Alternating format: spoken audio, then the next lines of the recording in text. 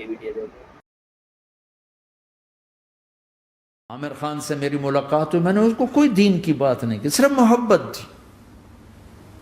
اب تک اس کے میسج آتے کہ میں زندگی میں کسی سے متاثر نہیں ہوا، تم پہلے آدمی ہو جس سے میں متاثر ہوں، میں نے کوئی جادو کیا، صرف محبت۔ لوگوں کو محبت دو، قریب ہوں گے۔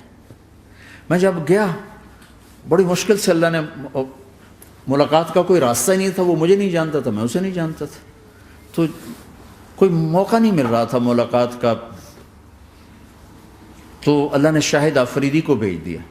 شاہد آفریدی اس کی دوستی تھی، ہمارا جو کرکٹر ہے۔ میں نے اس سے فون پر کہا یار میری ملاقات تو کرا، اس نے ملاقات کروائی۔ تو اس نے مجھے کہا آدھا گھنٹہ ہے، آدھا گھنٹہ۔ جب میں پہنچا میکسیمم پونا گھنٹہ، میں کہا ٹھیک۔ میں گیا تو وہ سہما ہوا چہرہ کہ بھئی مولانا آ گیا، پتہ نہیں کیا کہیں گے، بھئی یہ تو کیا کر رہا ہے، تو حرام کر رہا ہے، ناچ رہا ہے، گا رہا ہے، توبہ کر، ابھی تیرے لیے دوزخ کا فیصلہ ہو جائے، پتہ نہیں کیا ہو، وہ ڈرا ہوا سہما ہوا تھا۔ تو میرا ایک دور کالج لائف تھا، میرے اللہ نے مجھے ہدایت دی، اور میں 3 دن کے لیے میں اس دوست کو، اس کی نسلوں کو دعائیں دیتا ہوں جو مجھے زبردستی پکڑ کے لے گیا۔ نہ میرا تبلیغ سے کوئی تعلق، نہ واسطہ، نہ میں کوئی ان سے متاثر۔ ایک لڑکا تھا، بنگالی تھا، گشت کرتا تھا، لیکن میں اس سے ذرا متاثر نہیں ہوا۔ میرا دوست متاثر ہو گیا تھا، تو میں تو ان کے قریب سے نہیں گزرتا تھا۔ تو وہ اور میں اسکول میں اکٹھے آ رہے تھے، کالج میں اکٹھے آ رہے تھے۔ تو وہ متاثر ہوا، وہ 3 دن کے لیے جا رہا تھا، تو مجھے بتائے بغیر میرا ہاتھ پکڑ کے لے گیا، مجھے کام ہے چلو میرے ساتھ۔ اور میں اس کو انکار نہیں کر سکتا تھا، یہ میرا اس کا تعلق تھا۔ اب بھی اسی طرح بھائیوں جیسا تعلق، میں اس کا احسان ماں، مجھے زبردستی لے گیا۔ ہمارے پنجابی کی مثال ہے، کبے نو لت لگی وہ سیدھا ہو گیا۔ وہ جو ہوتا ہے ہنچ بیک ہوتا ہے نا، اس کو کسی نے لات ماری تو وہ سیدھا ہو گیا۔ مہربانی بھائی تیری لات سے میں سیدھا ہو گیا، تو مجھے تو وہ کبے والی لت پہ گئی۔ تو اللہ نے مجھے اس طرف لگا دیا۔ اور جب میری کالج لائف، میں نے کالج کا بہترین سنگر تھا، اسکول کا بہترین، یہ جنید جمشید کیا ہے جو اس زمانے میں یہ سارا کو ٹھا میں نے سارا کیا ہے۔ تو اب وہ بیچارہ ایسے بیٹھا ہوا، تو میں نے اس سے بیٹھتے ہی فلموں کی باتیں شروع کر دی۔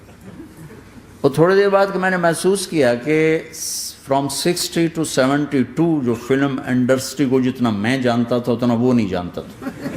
تو اس کے اوپر میرے علم کا روپ پڑ گیا، اس کی لائن کا علم تھا نا۔ تو حیران پریشان، یہ واز تو ہو نہیں رہا۔ تو کبھی دلیپ کمار کی باتیں شروع ہو گئیں، کبھی راج کپور کی شروع ہو گئیں، اور کبھی محبوب صاحب شروع ہو گئے، کبھی مدن موہن شروع ہو گئے۔ وہ آدھا گھنٹہ تو یوں ہی گزر گیا۔ تو آدھے گھنٹے کے بعد میں نے کہا جی ہمارا تو ٹائم اوور کا نہیں، اٹھیں چلے ادھر چل کے بیٹھتے ہیں۔ وہ کھانے کی ٹیبل پر تھے تو ہم وہاں جا کے بیٹھ گئے، پھر وہیں باتیں شروع ہو گئیں۔ جب اس کا سارا خوف دور ہو گیا اور ریلیکس ہو گیا، اس میں پونے گھنٹے سے 50 منٹ گزر گئے تھے، تو پھر میں نے کہا عامر بھائی آپ حج پہ آئے ہیں، اگر آپ اجازت دیں تو آپ کو اپنے نبی کا حج سنو۔ کہنے لگے ہاں جی ضرور سنائی۔ پھر میں 1.25 گھنٹہ بولتا رہا، اور وہ ایسے کر کے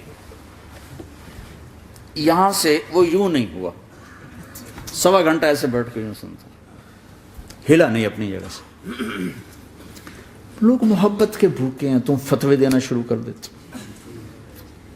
2 گھنٹے کی ملاقات کے بعد جب ہم نکلے تو نیچے تک چھوڑنے آیا عامر خان۔